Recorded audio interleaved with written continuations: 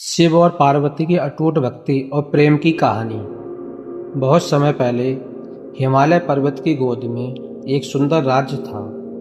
उस राज्य के राजा थे हिमवान और उनकी रानी थी मैना।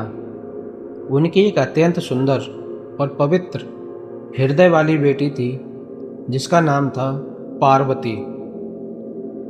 बचपन से ही पार्वती का मन भगवान शिव की भक्ति में लगा रहता था।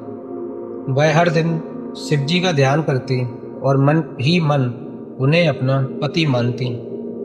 उधर भगवान शिव कैलाश पर्वत पर तपस्या में लीन रहते थे। उनका जीवन बहुत सरल और वैराग्य से भरा हुआ था। उन्हें संसार की किसी भी वस्तु का मोह नहीं था। लेकिन पार्वती का मन शिव जी को पाने के लिए दृढ़ संकल्प से भरा हुआ था। जब पार्वती बड़ी हुई तो उन्होंने कठोर तपस्या करने का निश्चय किया।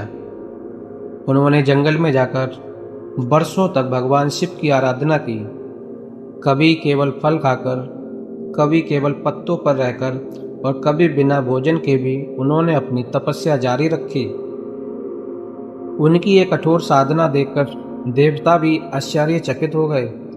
आखिरकार पार्वती जी की सच्ची भक्ति और तपस्या से प्रसन्न होकर भगवान शिव प्रकट हुए। उन्होंने पार्वती से कहा, हे देवी, तुम्हारी भक्ति और प्रेम ने मुझे प्रसन्न कर दिया। मैं तुम्हें अपनी अर्धांगिनी के रूप में स्वीकार करता हूँ। इसके बाद देवता और ऋषियों की उपस्थिति में शिव और पार्वती का दिव्य विवाह हुआ। यह विवाह पूरे ब्रह्मांड में आनंद और उत्सव का कारण बना। सभी देवता, गंधर्व और ऋषि इस पवित्र विवाह के साक्षी बने। विवाह के बाद माता पार्वती और भगवान शिव कैलाश पर्वत पर रहने लगे। दोनों का प्रेम, विश्वास और समझ संसार के लिए एक आदर्श बन गया।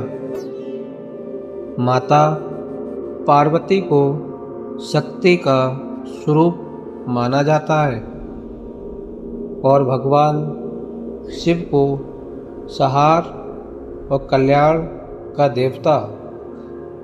यह कहानी हमें सिखाती है कि सच्ची भक्ति, धैर्य और विश्वास से कोई भी लक्ष्य प्राप्त किया जा सकता है।